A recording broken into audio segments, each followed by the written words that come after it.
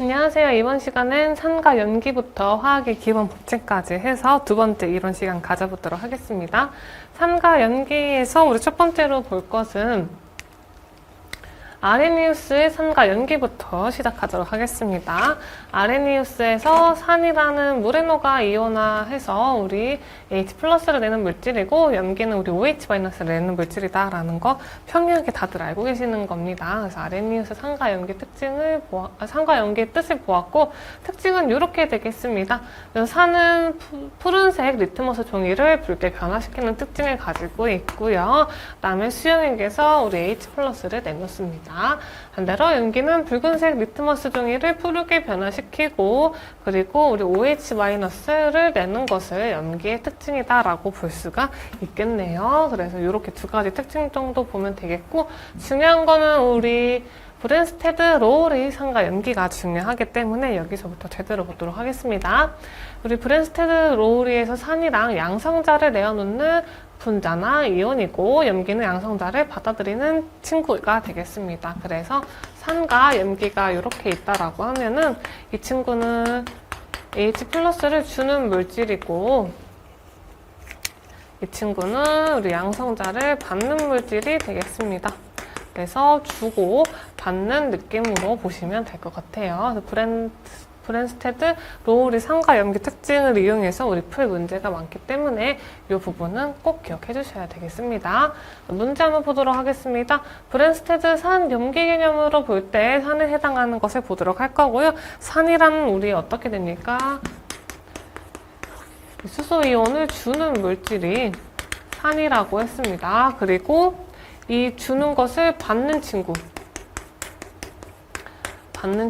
염기다라고 같이 보시면 좋을 것 같아요. 그래서 우리 문제를 한번 보도록 할 텐데 문제에서 이렇게 물이 있습니다. 근데 물이 반응식을 거치고 나니까 갑자기 어떻게 돼요? 수소 하나를 잃어버린 현상이 발생됐죠. 그래서 H+를 딴 데다가 줘버린 거예요. 준 게 여기 이 친구가 되겠네요. 그래서 여기로 갔기 때문에 어떻습니까? 우리 H+를 준 거는 산이고 받는 건 염기라고 했으니까 준 친구는 물이 되고 그다음 받는 친구는 여기가 돼서 그다음 염기가 되겠죠. 그래서 정답은 4번이다 라고 보시면 될 것 같습니다. 정답은 4번 이렇게 보여주면 될 것 같아요. 주는 건 산이고 받는 건 염기다 라고 볼 수가 있습니다. 다음 산화화하는 일반적인 특징을 보겠습니다. 우리 산화화하는 일반적인 특징은 아까 브랜스테드 로우리의 산과 연기에서 가지고 오면 되는데 산은 우리 어때요? 이 친구를 주는 거고 그다음 연기는 받는 친구라고 했었습니다. 그리고 산화는 산화 뜻에 맞게 우리 산소가 증가하는 친구이고요. 그 다음에 환화는 산소가 감소하는 친구가 되겠습니다. 그래서 산화는 산소가 증가하고 수소가 감소하는 특징을 가지고 있고요. 그래서 전자수도 마찬가지로 감소가 됩니다. 산화수는 우리 증가가 되는데 우리 산화에서 산소는 증가한다고 했잖아요. 그래서 이런 식으로 예제를 들 수가 있습니다. 이렇게 생긴 분자가 있다고 생각합시다. 그럴 때 우리 N의 산화수를 구해보자 라는 걸 볼 건데 우리 수소의 산화수는 우리 앞에서 봤던 것처럼 플러스 1이었고 산소의 산화수는 마이너스 2였던 걸 볼 수가 있죠. 근데 여기 HNO2에서 산소의 산화수가 2개가 돼야 되므로 여기서 마이너스 4가 됩니다. 그리고 플러스 1, 우리 질소의 산화수는 모르니까 X라고 두고 마이너스 4를 했을 때 0이 되므로 우리 질소의 산화수는 어떻게 돼요? 플러스 3이다 라는 걸 볼 수가 있고요. 반면에 넘어와서 우리 수소의 산화수는 플러스 1이고 산소의 산화수는 마이너스 2, 마찬가지로 질소의 산화수를 X라고 했었을 때 더하기 1 더하기 X 마이너스 2는 0이 됩니다. 그래서 X의 산화수는 어떻게 돼요? 넘어가니까 플러스 1이 되면 볼 수가 있겠죠. 그래서 산화가 되면 될수록 산소의 수가 증가하면 증가할수록 우리 산화수도 같이 증가한다라는 걸 볼 수가 있었습니다. 그래서 산화와 반대되는 건 환원이기 때문에 산화만 잘 알고 계셔도 환원은 금방 어렵지 않게 특징 이해하실 수 있을 겁니다. 그래서 우리 산화물에 대해서 보도록 하겠습니다. 우리 아까 맨 처음에서 주기율표 봤었을 때 주기율표에서 우리 비금속과 금속 파트를 나눠서 봤었습니다. 다시 한번 보면은 우리 스웨, 리베아, 비키니샵 오픈을 때문에 나만 알고 싶었는데 펩시콜라 사주면 알려주지 하고 캬 이렇게 같이 볼 수가 있었죠. 그래서 우리 금속과 비금속으로 나누는 기준은 어떻게 됩니까? 우리 탄소를 기준으로 나눠주면 되고 탄소를 품고 있는 친구는 우리 비금속, 수소까지 합해서 비금속이다라고 봤었고 여기 탄소 바깥에 있는 친구들은 금속과 중금속이 섞여 있습니다. 금속과 중금속이 섞여 있는 친구들이구나 라는 거 볼 수가 있었습니다. 따라서 우리 산성산화물은 어떻게 됩니까? 비금속과 산소가 만난 친구들이다 라고 보시면 되겠고 그 다음에 우리 염기성 산화물인 금속 산화물은 금속인 친구들과 산소가 만났다라고 보시면 될 것 같습니다. 자, 이런 식으로 우리 볼 수가 있구나라는 거 확인을 해볼 수가 있어요. 주기율표에서 봤어야 될 부분들이 많았습니다. 그래서 문제 한번 문제를 보기 전에 양적선 산화물 먼저 보겠습니다. 양적성 산화물은 삼과 염기가 모두 반응해서 각각 염을 만드는 산화물이고 앞에와 같이 예시가 있음을 확인만 해주시면 될 것 같아요. 그래서 문제 풀어보겠습니다. 산성 산화물에 해당하는 것을 보겠습니다. 산성 산화물이 라는 거예요. 산성산화물은 어땠습니까? 우리 비금속과 산소가 섞인 걸 산성산화물이라고 했었죠. 그래서 비금속인 친구를 구해보도록 할 텐데 봤을 때 어떻습니까? 탄소 있네요. 탄소는 어디예요? 비금속에 속하는 친구이기 때문에 비금속인 물질과 산소가 섞여서 산성산화물이 되는 거죠. 정답은 3번이다 라고 이렇게 풀어주시면 될 것 같습니다. 그래서 이 친구가 비금속 원소냐 금속 원소냐에 따라서 산성산화물인지 염기성 산화물인지 나눠졌다라는 거 확인을 해보실 수 있을 것 같아요. 다음 수소 이온 농도 보겠습니다. 우리 수소 이온 농도의 역수의 삼형누구 값으로 나타내는 건 우리 산 pH가 되겠고요. 값이 작을수록 강한 현상을 나타낸다고 했는데 요것만 기억하시면 될 것 같아요. pH는 마이너스 로그의 우리 H 플러스다라는 거 요 정도만 기억하시면 될 것 같고요. 우리 염기다라고 한다면 수산화 이온 지수다라고 한다면 우리 POH라고 보고 마이너스 로그의 OH 마이너스다라고 이렇게 보시면 되겠습니다. 그래서 수산화 이온 지수와 우리 앞에서 봤던 산성 로그 지수를 같이 볼 수가 있었어요. 그 다음에 pH와 POH는 더하면 14가 되는 특징을 볼 수가 있습니다. 그래서 이렇게 세 가지씩 위주로 기억해 주시면 될 것 같고요. 이 세 가지씩 위주로 보시면은 웬만한 문제는 다 푸실 수가 있을 겁니다. 문제 보도록 할게요. 우리 산이 25도에서 6.4라고 했습니다. 우유 속의 수소 이온 농도를 구해보도록 하겠습니다.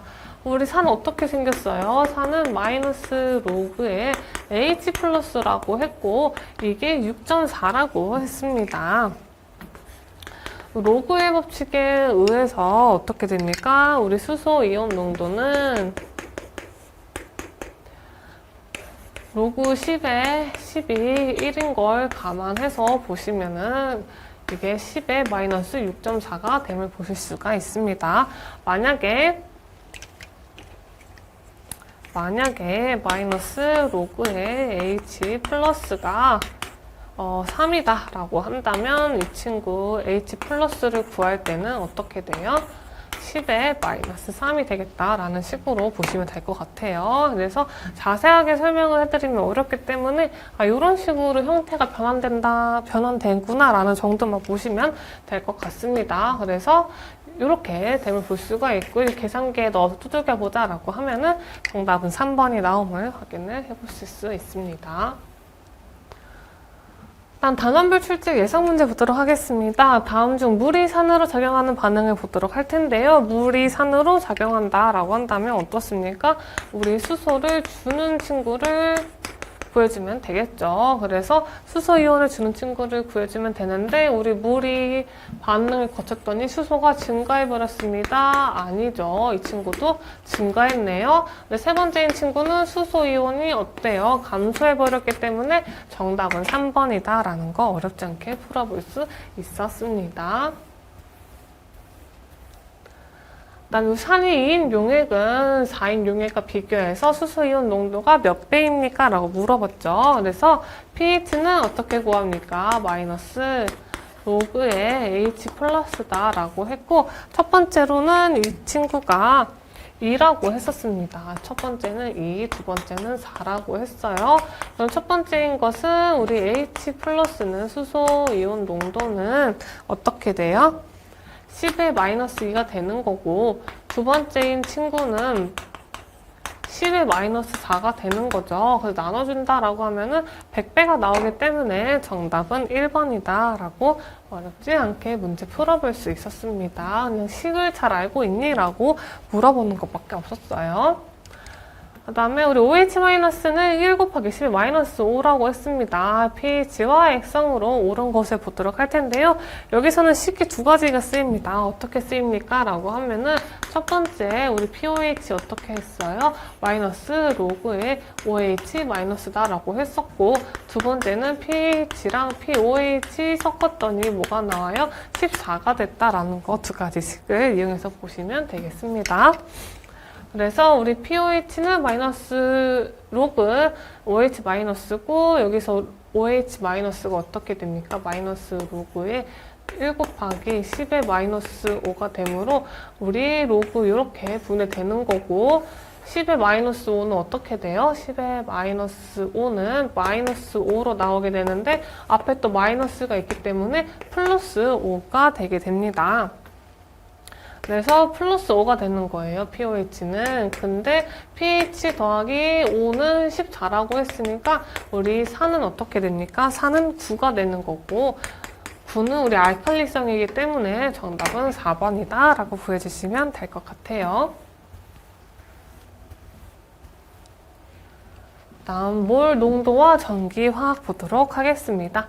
몰 농도랑 일정한 부피 용액 속에 녹아있는 용질의 입자수가 되는 거고 몰 농도는 부피분의 몰수가 됨을 보실 수 있을 것 같네요. 노르몰 농도는 어떻게 됩니까? 라고 한다면 용액 1리터 속에 녹아있는 용질의 그람당 수를 나타낸 농도이고 우리 용액 1리터분의 용질의 당량수다 라고 식을 볼 수 있습니다. 식 위주로만 보시면 돼요. 몰랄 농도 우리 자주 볼 거기 때문에 몰랄 농도 꼭 알아두셔야 되는데요.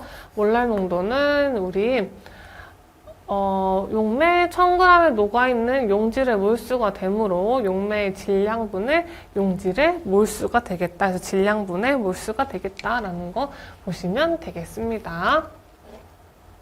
어느 점 내림까지가 중요합니다. 어느 점 내림은 어떻게 생겼습니까? 한다면 TF는 KF 곱하기 M이고 어느 점 내림은 어느 점 내림 상수에다가 몰랄 농도를 곱한 거다라고 볼 수가 있죠. 몰랄 농도는 앞에서 어떻게 됐어요? 우리 용매에 녹아있는 질량분의 용질의 몰수이다 라고 같이 봤었습니다. 그래서 문제를 풀어볼 텐데 이게 계산이 좀 필요해가지고 제가 계산해 놓은 거 같이 가지고 와서 보도록 하겠습니다. 물 200g에 A물질 2.9g을 녹인 용액의 어는 점을 보도록 할 거고요. 어는 점은 우리 어떻게 생겼어요? 어는 점은 TF는 KF 곱하기 M이다 라고 같이 봤었죠. 그래서 몰랄 농도에 대해서 보면 되는데 몰랄 농도는 우리 용매에 들어있는 질량 수분의 용질의 몰수이다 라고 봤었습니다. 근데 우리 몰수를 한 번에 구할 수가 없기 때문에 몰수를 먼저 구하고 나와 있는 몰수의 값을 우리 몰랄 농도인 분자에다가 넣어서 최종적인 몰랄 농도를 구해보고 그 다음에 우리 상수랑 곱해서 어느 점 보도록 하겠습니다. 그래서 몰수를 구할 건데 몰수는 우리 분자량분의 질량이 되는 거죠. 분자량분의 질량이 됨을 볼 수가 있습니다. 분자량은 우리 얼마라고 주어졌습니까? 우리 물질의 분자량은 58이라고 주어졌고 질량은 2.9라고 주어졌어요. 그래서 58분의 2.9를 하면은 0.5가 됨을 볼 수가 있습니다. 그래서 0.5의 몰수를 가지는구나 라는 거였고 이 친구를 용매의 질량인 우리 물은 0.2가 되는 거죠. 200g인데 키로를 나타낸다고 했었으니까 앞에서 그래서 키로로 보면은 0.2가 되는 거고 그 다음에 몰수는 0.5라고 주어졌습니다. 그래서 0.2분의 0.5가 되는 거고 그리고 우리 어느 점 내린 상수를 곱해주면 되는데 곱해주면은 0.465 정도가 나오겠네요. 0.465가 나오는데 어느 점이라고 했으니까 우리 0도에서 0.465를 빼주면은 마이너스 0.465가 됨을 확인을 해볼 수가 있겠습니다. 네, 그래서 정답은 2번이다 라는 거 확인을 해보실 수 있었습니다. 라울의 법칙, 헨리의 법칙 이런 걸 보도록 하겠습니다. 라울의 법칙은 일정한 온도에서 비휘발성이고 비휘발성인 게 가장 큰 포인트가 될 것 같아요. 비전해질인 용질이 녹은 묽은 용액의 증기 압력 내림은 일정량의 용매에 녹아있는 용질의 몰수에 비례한다라고 했습니다. 그래서 라울의 법칙은 어떻게 나옵니까? 라고 한다면 진짜 이렇게 물어봐요. 이거 무엇입니까? 라고 물어보고 우리 비휘발성 나오고 비전해지는 거 나왔고 증기 압력 내림은 일정량 용매에 녹아있는 용질의 몰수에 비례한다라고 했으니까 라울의 법칙 구해주면 되겠죠. 다음 우리 반트호프의 법칙을 보도록 할 텐데 반트호프의 법칙은 우리 묽은 용액의 삼투압은 용매나 용질의 종류에 상관없이 용액의 몰 농도와 절대 온도에 비례한다라고 했기 때문에 이렇게 식을 가지게 됩니다. 그래서 삼투압은 우리 용액의 몰 농도와 그 다음에 우리 절대 온도에 비례하다라는 거 확인을 해볼 수가 있었고요. 마찬가지로 삼투압이 우리 용액의 몰 농도와 절대 온도에 비례한 것은 반트호프의 법칙이다 라는 걸로 해서 이렇게 문제 풀어볼 수가 있습니다. 저게 진짜 기출문제에서 가져온 예제이기 때문에 진짜 저런 식으로 기출문제가 나와요. 헨리의 법칙은 어떻게 됩니까? 우리 기체 용해도와 기압의 관계를 설명하는 법칙이 되겠습니다. 기체 용해도는 우리 기체가 용해된 액체의 표면 위에 가해진 기체 부분 압력의 비례함을 나타내기 때문에 진짜로 헨리의 법칙으로 설명되는 것은 압력에 관련된 것을 구해주면 되는데 우리 기체에 관련된 압력이 구해주면 되겠습니다. 제일 많이 예를 드는 것이 우리 탄산음료에 대한 예를 많이 들고 있고요. 탄산음료는 어떻습니까? 처음에 콜라 뚜껑 따서 열었을 때 약간 펑 소리와 함께 탄산이 많이 올라오게 되는 거죠. 그리고 점점 우리 먹다가 보면 어떻습니까? 나중에 뚜껑 아무리 세게 닫아놓는다고 한들 하루, 이틀, 3일이 지나면은 압력이 일단 약해져 있었으니까 탄산이 점점 새어나가는 것을 알 수가 있어요. 그래서 이게 헨리의 법칙에 대한 가장 큰 예시이기 때문에 실생활에서 볼 수 있는 사이다의 병따개를 따면 거품이 난다라는 게 헨리의 법칙에 해당이 됨을 확인을 해볼 수가 있겠습니다. 다음 볼타 전지를 보겠습니다. 볼타 전지는 우리 뒤에서 같이 그림과 함께 보도록 할 건데요. 이런 식으로 생겼습니다. 볼타 전지가 이렇게 생겼어요. 그래서 아연이랑 구리가 있고요. 우리 아연이랑 구리가 있고 그 다음에 묽은 황산인 전해질을 사용하게 됩니다.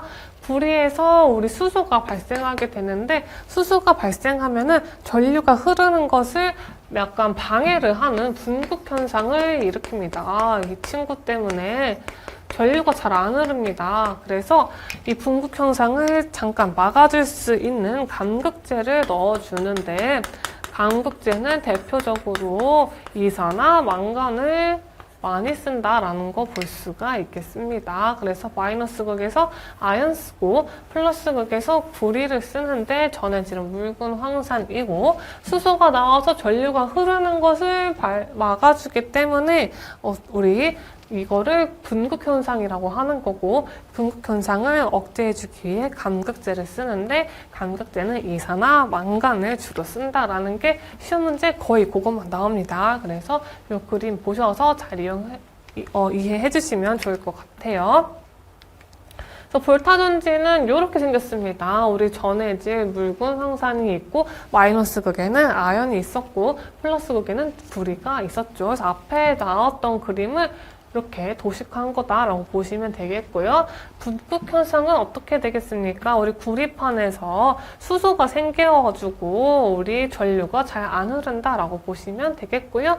이 분극 현상을 해결하기 위해서 감극제를 넣는다. 근데 감극제는 특히 이산화 망가니즈를 많이 사용한다라는 거 보시면 되겠습니다. 이 정도 보면 되겠고, 문제가 바로 나오나요? 문제를 보도록 할게요. 다음과 같은 구조를 가진 거는 어떤 전지라고 합니까? 라고 해서 묽은 황산 있고 마이너스 극에 아연 있고 플러스 극에 구리가 있는 거죠. 이 친구는 별타전지다라는 거 어렵지 않게 확인을 해볼 수가 있습니다.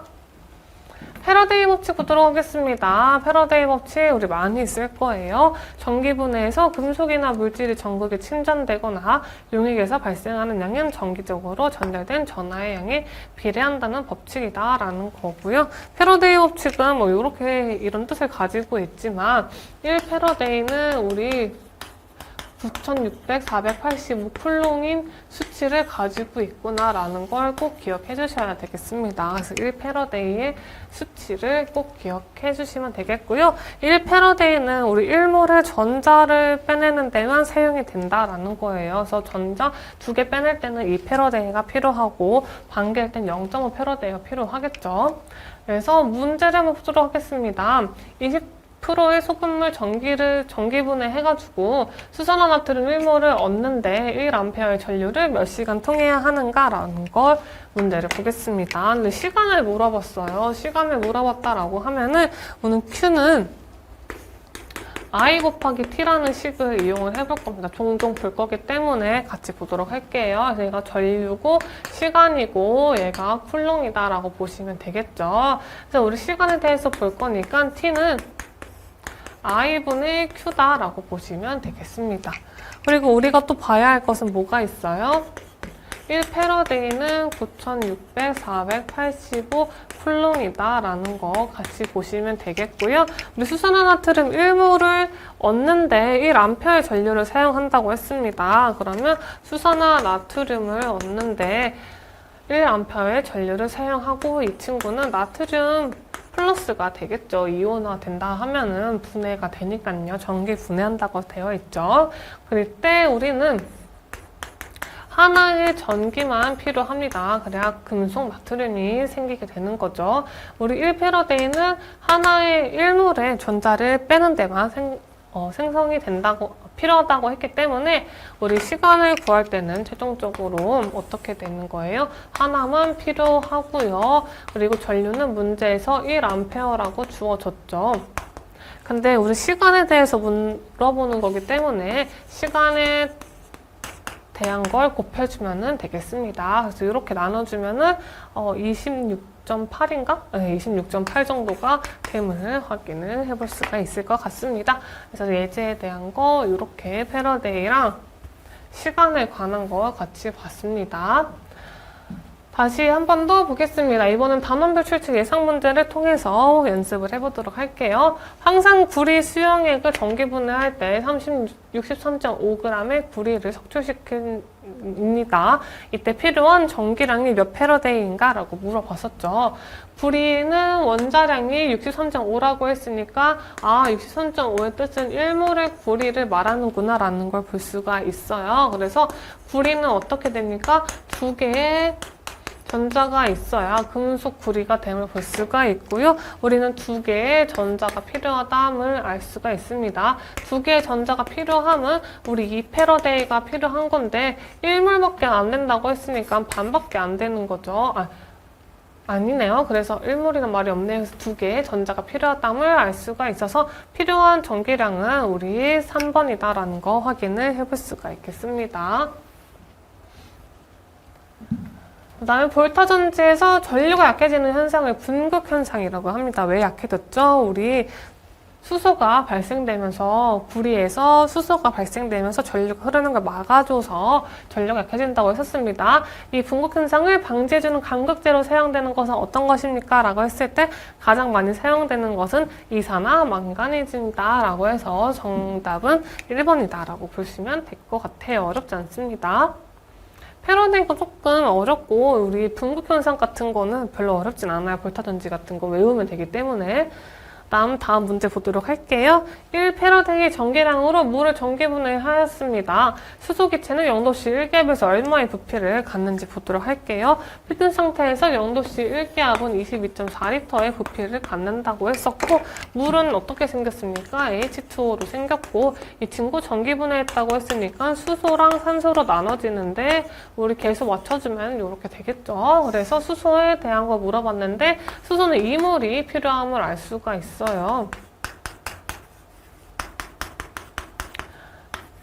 그래서 어떻습니까? 우리 패러데이는 근데 우리 하나밖에 1몰밖에 못 쓰잖아요. 그래서 1몰밖에 못 쓰는데 여기서는 전자가 두 개나 필요하다고 했으니까 22.4리터에서 반을 깎아줘야 되겠죠? 그러면 11.2리터가 됨을 확인을 해볼 수가 있겠습니다. 정답은 2번이다 라고 보시면 될 것 같아요.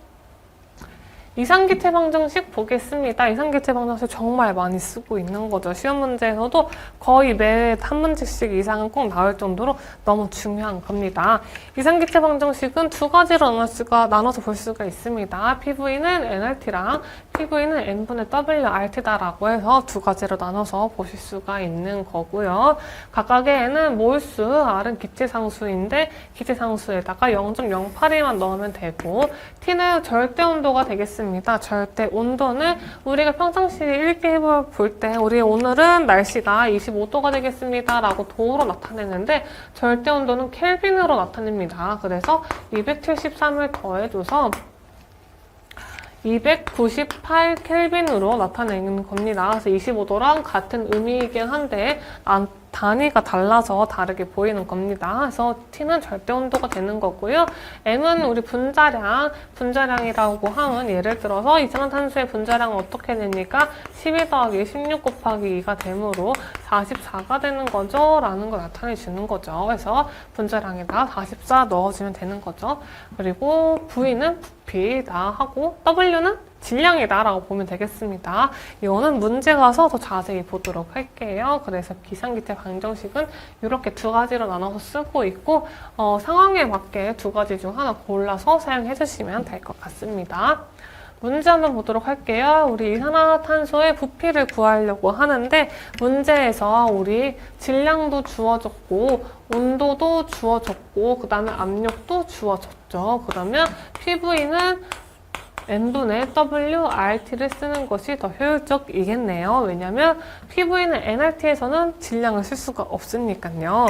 우리는 부피에 대해서 궁금하기 때문에 부피에 대해서 식을 바꿔주도록 하겠습니다. 그러면 PN분의 WRT가 됨을 확인을 해볼 수가 있어요. 그래서 여기에다가 맞게 식을 넣어주기만 하면 되는구나 라는 걸 볼 수 있는 거죠. P는 기압이라고 했고요. 기압은 문제에서 2기압이라고 주어졌네요. 우리 M은 분자량이라고 했는데 문제에서 이산화탄소에 대해서 궁금하다고 했잖아요. 그래서 이산화탄소 분자량을 구해보겠습니다. 이산화탄소 분자량은 탄소의 원자가 10이고 산소의 원자가 16이기 때문에 이렇게 구할 수가 있죠. 두 개 있으니까 곱하기 2를 해줍니다. 그러면 44가 나오게 되는 거고 2 곱하기 44를 해주면 되는 거죠. 그 다음에 우리 W는 질량이라고 했습니다. 질량은 우리 얼마예요? 리터로 봐야 되기 때문에 리터는 키로를 그람으로 바꿔줘야 되는 거죠. 그래서 1000g. R은 기체상수라고 했으니까 0.08이 그리고 T는 온도가 되겠는데 온도는 25도라고 했을 때 어떻게 합니까? 25도일 경우에는 273을 더해준다고 했었죠. 그래서 298이 됨을 확인을 해볼 수가 있습니다. 그리고 여기까지 해주시고 나서 우리 시험등에 계산기 들고 갈 수가 있잖아요. 그래서 계산기 들고 가셔서 계산기로 보자라고 하면은 정답은 278이 됨을 확인을 해볼 수 있습니다. 그래서 이상기태 방정식은 이런 식으로 문제 풀어주시면 되고 식만 알고 있다라고 하면은 식에다 대입만 하면 되잖아요. 그래서 대입만 하면 돼서 어렵지 않게 문제 풀 수 있습니다. 다음 보일-샤를 법칙 보겠습니다. 보일-샤를의 법칙은 일정량의 기체 부피는 압력에 반비례하고 절대 온도에 비례한다라고 해서 부피는 압력에 비례하고 온도에 반비례한다라는 식을 볼 수 있어요. 얘가 보일-샤를의 법칙이다라고 해서 종종 볼 겁니다. 최소 착화 에너지는 우리 방전 시 발생하는 에너지가 착화를 유발할 수 있는 최소 에너지를 제공하는 걸 뜻하고 이것만 외우면 됩니다. 식만 외우면 됩니다. 최소 착화 에너지의 식을 물어보는 문제만 거의 주로 나오기 때문에 최소 착화 에너지는 2분의 1 CV 제곱이다 라고 보시면 되고 C는 전기 용량, V는 우리 전압이다 라고 보면 될 것 같아요. 문제 보도록 하겠습니다. 우리 이상기체 방정식이 다시 연습 문제로 나왔어요. 1기압 27도에서 우리 아세톤 58g을 완전히 기화시키면 부피가 어떻게 되냐라고 물어봤죠. 그래서 우리 질량도 나와 있기 때문에 PV는 N분의 WRT라는 식을 이용해서 문제를 풀 거고요. 우리 부피에 대해서 궁금한 거기 때문에 부피에 대해서 식을 바꿔주면 되겠죠. 그래서 V는 어떻게 됩니까? V는 PN분의 WRT다라고 볼 수가 있습니다. 그래서 각각 식에 알맞게 넣어보면 되는데 P는 어떻게 됩니까? 우리 기압이고 1기압이라고 문제에서 주어졌고요. M은 분자량인데 아세톤 분자량 구해보자라는 겁니다. 아세톤은 이렇게 생겼죠. 그러면 탄소가 우리 3개가 있고 그 다음에 수소 하나에 그 다음에 산소가 6개가 있음을 볼 수가 있습니다. 36 더하기 16 더하기 6이니까 58이 되겠네요. 그래서 분자량은 58이구나 라는 걸 볼 수가 있었고요. W는 질량이잖아요. 질량은 아세톤은 58g을 완전히 기화한다라고 했기 때문에 58g 넣어주면 됩니다. R은 0.08이 기체 상수이고 T는 우리 온도가 되는데 이번에는 27도가 됐죠. 27도는 273을 더해주면 되고 더해볼까요? 라고 하면은 우리 300켈빈이 됨을 보실 수가 있습니다. 맞죠? 그래서 300이 되겠네요. 이렇게까지 넣어주고 계산기에 넣어보자 라고 한다면 정답은 24.6이 됨을 확인을 해보실 수가 있겠습니다. 그래서 이상기체 방정식 이용해서 문제 어렵지 않게 해당하는 거에만 넣어주면 되니까 어렵지 않게 풀어볼 수 있었습니다. 다음 문제 볼게요. 우리 20도에서 4리터를 차지하는 기체가 있습니다. 동일한 압력 40도에서는 몇 리터를 차지하는지 보도록 하겠습니다. 보일-샤를의 법칙을 이용하면 되는 거고 우리 부피에 대해서 이렇게 압력에 비례하고 온도에 반비례한다 라고 봤었죠. 2가 돼야 되겠네요. 그래서 이에 해당해서 문제를 푸도록 할 텐데 첫 번째는 우리 20도에서 4리터를 차지하는 기체가 있다고 했습니다. 근데 20도를 그냥 20이라고 쓰면 안 되고 절대 온도를 사용해서 써줘야 되기 때문에 273 더하기 20을 해주면 되고 부피는 4리터를 차지한다고 했었습니다. V1이라고 해야겠네요. 왜냐면 동일한 압력이라고 했으니까 그리고 우리 부피를 구하는 거여서 V1으로 바꿀게요. 그래서 4리터의 부피를 차지한다고 했었고 그리고 동일한 압력에서 40도라고 했는데 우리 똑같이 273에다가 더하기 40을 해줘야 되겠죠. 그리고 부피는 모르겠습니다. 이때 부피를 구해보도록 할게요. 그러면 이렇게 더하면은 293이고 이렇게 더하면 어떻게 됩니까? 313이 되는 거죠. 그래서 V2는 293분의 4 곱하기 313이 됨을 볼 수가 있습니다. 그래서 계산기에 넣어보자 라고 한다면 정답은 4.272 됨을 볼 수가 있었고요. 보이샤르르의 법칙은 이런 식으로 문제를 푼다라는 거 유형 확인해 주시면 될 것 같습니다. 그래서 여기까지 해서 이번 시간 이론 마치도록 하겠고요. 다음 시간까지 해가지고 1과목 거의 마무리가 될 거예요. 그래서 1과목 마무리하고 그 다음에 우리 위험물에 대해서 본격적으로 시작해 보도록 하겠습니다. 고생 많으셨습니다. 감사합니다.